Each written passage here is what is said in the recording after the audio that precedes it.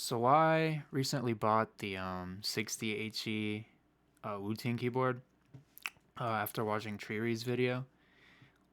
He came up with that clever idea to change the actuation point of your crouch key and your spacebar in order to like close the time it takes to superglide. And this helped a lot, but I decided to check out the rest of what Wutin can do.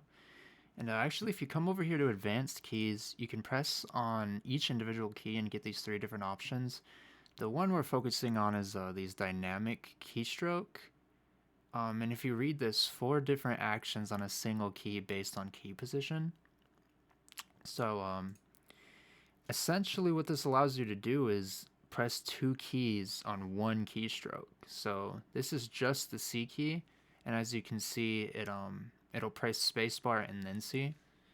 So if you close this, you can see the tester bindings here, and it'll show that I'm pressing space and then C. Like it goes right to left. So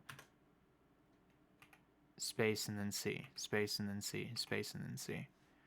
So yeah, it's pretty incredible. That allows you to super glide almost 100% of the time. I'm really surprised no one has made a video on this yet. But yeah. Also, I have them on the key release instead of the key press, because you can actually press your key at like different speeds, and it'll fuck up the super glide.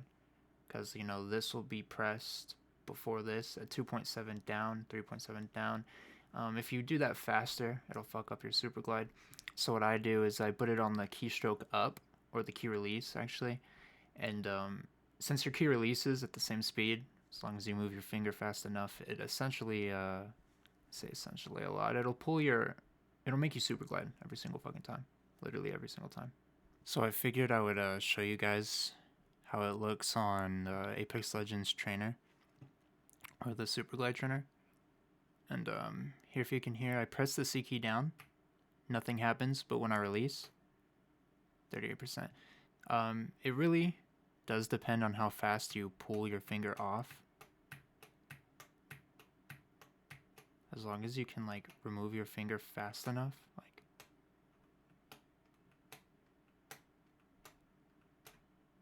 right. I've been able to get this up to like 90% average. I'm sure some better players will be able to hit it more consistently. It's a lot better in game, a lot more better in game in my opinion, because yeah, as you can see, you can get it really high up there. So I don't actually have a hand cam, the phone's just gonna have to do. But essentially I set that dynamic keystroke to C. And as you can see, when I press down C, nothing happens in game. My C key is pressed, but when I let go of C, what does that look like?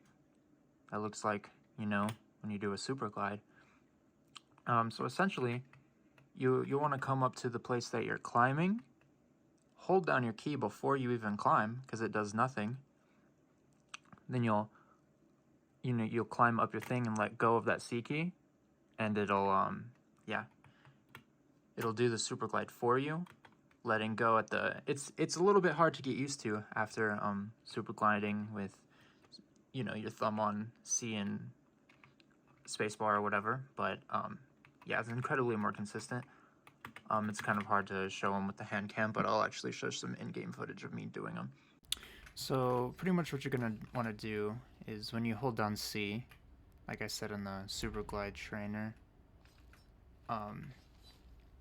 nothing will happen when you press down C. So I'm holding down C right now, and then you let go of C, and then as you can see, it'll do your crouch and your jump at the same time. So pretty much the input is going to be hold C, climb, let go of C. So you want to let go on the super glide timing.